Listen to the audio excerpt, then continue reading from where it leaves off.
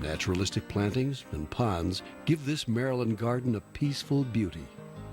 Tom and Susan Canby have been all over the world, but after over 20 years, there's still no place they'd rather be. The story of the garden and the Gardners on a Gardener's Diary.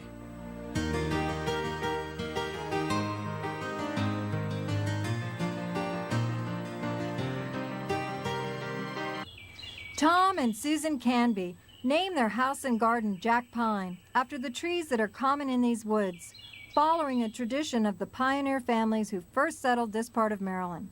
Before retirement, Tom had a long career as a science writer and editor for a national magazine. Susan is still working full-time as director of 3 libraries. Together, they have tamed a 3-acre property that was once covered with dense forest and undergrowth. Over the past 22 years, they have gradually created a garden containing stonework and buildings that Tom designed himself. We're in Clarksville, Maryland. That's correct. And actually, standing here in your very lush garden in late spring, it feels as if we're miles and miles away from civilization out in the country. We are. We're lucky to have some isolation here and privacy, and it's been a good growing season. That's why things look lush. Really, Clarksville, for people that don't know, Maryland is just outside of Washington, D.C. That's correct. It's probably midway between Washington and Baltimore, and near the new town of Columbia. And this part of your garden with the boxwoods and the garden structures has a little bit more of a formal feeling, or at least the structures help give it a sense of formality, but it's not a formal garden. I guess that's a fair appraisal of this. Yes, this originally was sort of a jungle like the rest of our place, and then we cleared it and had a vegetable garden here. That didn't work out because of deer and because of soil problems. So we switched to boxwoods, which are so hardy and so cooperative, and which I've begun to slip and to propagate also. And you've planted the boxwoods in distinct patterns, squares and other squares. And supposedly these draw the eye along the length of the parterre or whatever it is and toward the dovecote behind us. Did you construct this dovecote? Yes, built that 2 years ago. You seem to have a fascination with stone, Tom.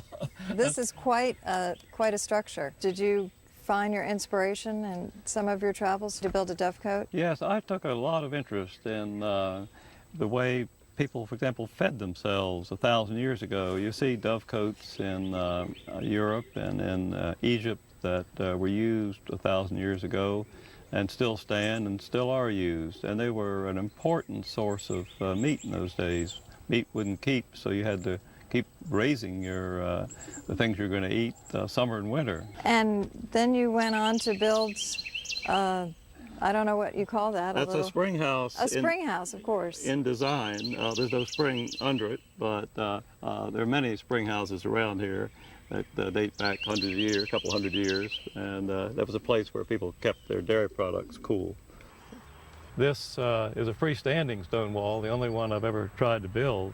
You built all the stone structures on your property? Every one of them, yes, and by myself. And I have a bad back. But if you take it easy and think about how to get the rocks up off the ground, it works anyway. Well, some of these are quite sizable. The rock is all indigenous. That is correct. From Maryland. And so it's right at home in your garden. Yeah, that is true. This is the Maryland fieldstone, and the farmers find these by the tens of tons in their fields, and they're picking them up all the time. It's a beautiful stone indeed. It's very difficult to work with when you're building a wall because as you can see, there are very few flat planes or faces to these stones, and for every one that you put in place, you probably pick up 3 or 4 and try it out and put that one down and pick up the next one and the next one. So if a wall has, say this wall has 15, 20 tons of rocks in it at least, you've picked them up 3 or 4 times, and this really represents probably 100 tons of picking up of rocks. I grew up about 5 miles from here. My father and mother were farmers. My father was a farmer, and we grew, this is a general farm. At first, my mother didn't have a garden, but because Dad was too busy on the farm, but she gradually got him to help to lay out a garden, and it became a focal point of the family. And that's what got me going in gardening. And I've always been grateful to it for it. You've got a very sturdy plant trained against the house as an espalier, and euonymus, the burning bush, and I'm imagining that it's quite spectacular in the fall when all the leaves turn fiery red. It is a beautiful sight in the fall, and it's a tough bush. They reseed everywhere. It's a very prolific plant, so we have lots of them on our place. We planted this espaliered winged euonymus about a year after the house was built. We built the house 21 years ago, and we put the euonymus in, so it's about 20 years old. You've got it as a screen throughout your garden, and big masses where it gets quite large. We do have clumps of winged euonymus all over the place, and some of the biggest clumps are really to prevent erosion. We have a lot of water sweeping through the lowest part of our land during big rains, and the euonymus is a tough plant. It holds the soil and doesn't get washed away. And the placement of the rocks, that's also unusual for a foundation. What's the story behind that? Probably just the nature of me to do that, but I had rocks that didn't seem to lend themselves to any other use. I thought, hey, maybe I'll stand them up here. And so it's strictly my doing, my imagination, right or wrong. White flowers are one of my favorites for the garden because they go with everything, they help soften everything. And this Potentilla alba is doing that very thing here. You don't have lots of bright, harsh colors up here next to the house, but how did you choose this Potentilla? It was easy for me because Susan did it. Okay. Susan is our color coordinator, and she's very big on white as a good color everywhere. And these are perennial, they're hardy, they even spread, and they bloom just about all summer. So it was a happy plant to put here. That happy is a choice. happy plant. I didn't realize they would bloom all summer. And they pick up the white variegation in the variegated Pieris. Thank you. That's part of the idea. Up there you see a boxwood, and about a month ago that boxwood was yellow-red, the sign of a sick box. And it's come around. I think it's because I fertilized it. Put just 10-6-4 on it and kind of healthed it out of its problem. Vigorous ferns thrive in the deepest shade, and building a large hillside water garden didn't discourage Tom, but it did almost wear out his shovel. Stay with us.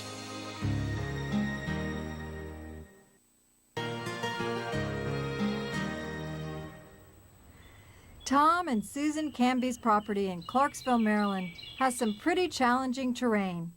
A series of ponds on a steep hillside shaded from the summer sun are the result of Tom's patient determination.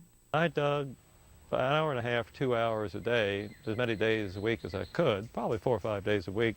And I began to realize that I was wearing out a shovel. Instead of having a pointed end, the shovel began to have indented end. And sane people don't do this. They really don't. But I enjoyed it. Water features, that's something that really adds a lot to a garden, and you've decided to do it in a big way. You don't just have one pond or 2 ponds, you have 3 ponds, and they get bigger and bigger. This hillside is behind the house, and originally, 6 or 7 years ago, it was wooded. Along came a mighty storm and knocked down the trees, and I thought, aha, something should be done with this hill. And so I began to dig and to put in bulwarks, and I dug the top pond of the 3, a small one, and put in a bulwark and to hold it on the hillside, and then below that dug the second pond, the one we're standing beside, and that still wasn't too much work. Then came another bulwark, and I dug the pond behind us. You might wonder why I didn't get a machine in for that. And this is a steep hillside, and it was difficult for a machine. So I just started digging, and in the course of a summer, dug about 60 feet behind us, and maybe about 20 feet wide and 5 feet deep, and created the 3rd pond. Once you got started, you couldn't stop. There you go, exactly, momentum. And it really does add a lot to just the sound of water, and I'm sure it attracts a lot of bird life. It does attract birds, and it's appealing to us, so we enjoy the sound. Indeed, it's an important factor in any water feature. And I love your frog. That frog is a creation of our family. Susan's father made the original sculpture, and if you can call it that. The core of it is styrofoam, easy to carve, and then we put a fiberglass covering on the styrofoam. And the eyeballs are the big worry balls that Chinese use to work off their tensions. And so we stuck those, one on each side of the head of that frog. And then you'll notice that there are crystals sticking in the thing. It's intended to be ugly, incidentally. It's not a beautiful work of art, but something a little grotesque. Personal. Yeah, yes, there we are. One of our sons is a geologist, and when he was a boy, he was a rock hound, and we went on rock hunting trips and collected a bunch of crystals. So I stuck them on the back and on the head of that frog. And that's why it looks the way it does. This spot looks like a relatively new garden with a focus on pink and blue flowers. You've got this pink scabiosa, looks like the cultivar pink mist. Correct. That's a pink mist. It's a deep pink tending toward purple. This is a hot sun area, but the scabiosa can take it, and it's certainly happy in partial shade. Over what period of time can you expect blooms? Probably about a month for the scabiosa if you deadhead, and you just got to keep deadheading or it gives up the effort to flower. This is a beautiful stand of ostrich fern. This is the only plant that we had that came from my mother's garden. I think we brought one rhizome here from her place, and it made it and spread, and yeah, we were awful fond of it. And this is shady most of the day. Yes, this is a very shady area. It's at best a little bit of dappled sunlight, and so it seems to be ideal for the ostrich fern. I think what's amazing about these ferns is their sort of habit that they're narrower at the base and they get wider as they go out at the top, and the dark, almost black stems that they have. The black stem is a distinguishing feature, and it's a nice feature. You're quite right. It contrasts with the green, and this fern stays erect all summer, unless you have a terrible drought. And then we have a sprinkler out here that we can hook up and turn on. So it's a good hardy fern for Maryland. It seems very content in this latitude, yes. Susan tries to explain her husband's obsession with rocks. And the beautiful iris just loves to get its feet wet. Stay with us.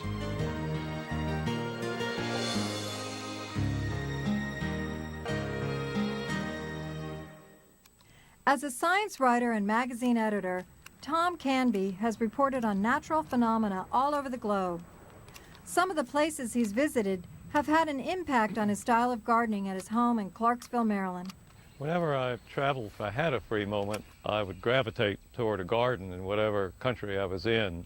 And Japan, of course, was the best of those opportunities to see beautiful gardening. You'll see on our place a lot of use of stone, and that comes partly from what I saw in Japan.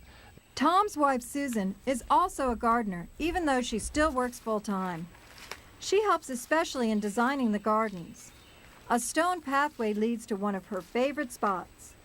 I call this my secret path, and this arch, of course, is made by Yellet, our son. And a lot of the garden is in shade, and that's a challenge. Yes.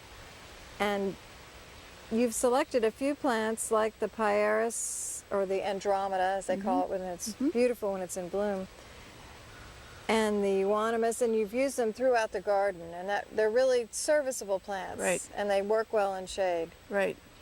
So Tom is an enthusiastic gardener and an avid rock collector. Right. What do you think drives people? You've got rocks everywhere we look. There are a pile of rocks here. I think he was an Inca in a former life. I mean, he clearly descended from the Inca. When we went there, you know, that really resonated for him. That's where it came from. And all the rock projects Tom is always working on. I mean, he's got one going now, but he always tells me that's the last one. But as you saw when you came down the driveway, there's another massive pile of rocks. So we know he's going to do something again, but we don't know what. Now for me, I work 12 hours a day. I mean, I leave at 7, come back at 7, and so the garden is a place of respite. And what I love about the garden is that I can be working in the front yard, and I can just hear people sort of slow down, whether they're on their bike or in a car. They anticipate coming to some place that's going to be pretty, and they look, and there's sort of a sense of ah as they press on. Water gardening, not only do you have the benefit of water in the garden and the sound of water and the soothing quality I think it adds, but you have another way to grow plants, like this, and to hear frogs, like this yellow flag iris, which is a very aggressive plant. And I don't know what size clump you started with, but I imagine it was pretty small. It was small, Erica. In fact, it was probably a clump the size of that statue. And over the maybe 5-6 years, it has spread to those dimensions. And the good thing about yellow flag iris, Iris udicorus, is that even when it's not blooming, you've got that vertical accent and that beautiful green foliage all season long. Exactly right. The foliage is worth as much, at least, as the blossom. The blossom's beautiful, but the foliage is a long time, and you really appreciate that. And it's growing right in water. And what happens to this pond in the wintertime? The pond takes care of itself pretty much. When ice covers the pond, the fish slow up and are able to survive the winter. The lilies gradually just waste away. So these are hardy water lilies. They're not the tropicals. They're very hard. That's correct. They're hardy perennial water lilies, and I haven't even fertilized these water lilies in the past 2 years, and they're very happy. They're quite happy. Most of this garden is in deep shade, but the Canbys couldn't resist making a special place for a welcome spot of color. Stay with us.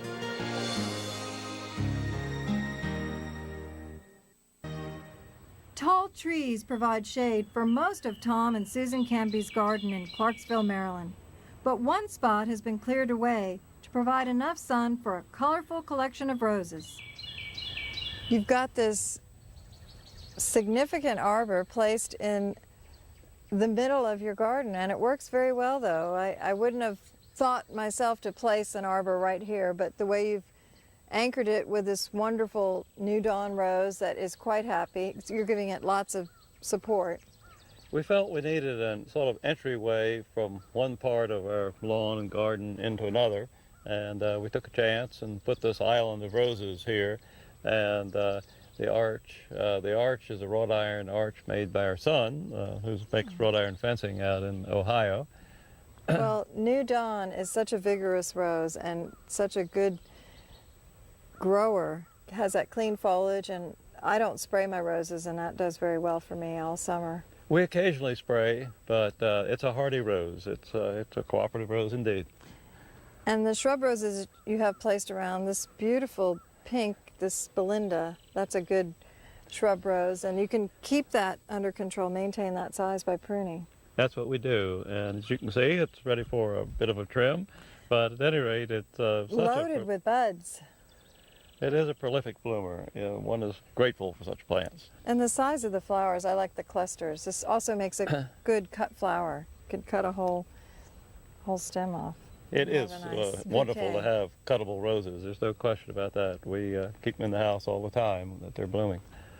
And here in this part of Maryland, you don't have to do anything special for your roses in the winter. They stay out all year round. You don't protect them. We prune them in a little bit in January and a little bit more, about down to knee height, in March. But they winter over perfectly.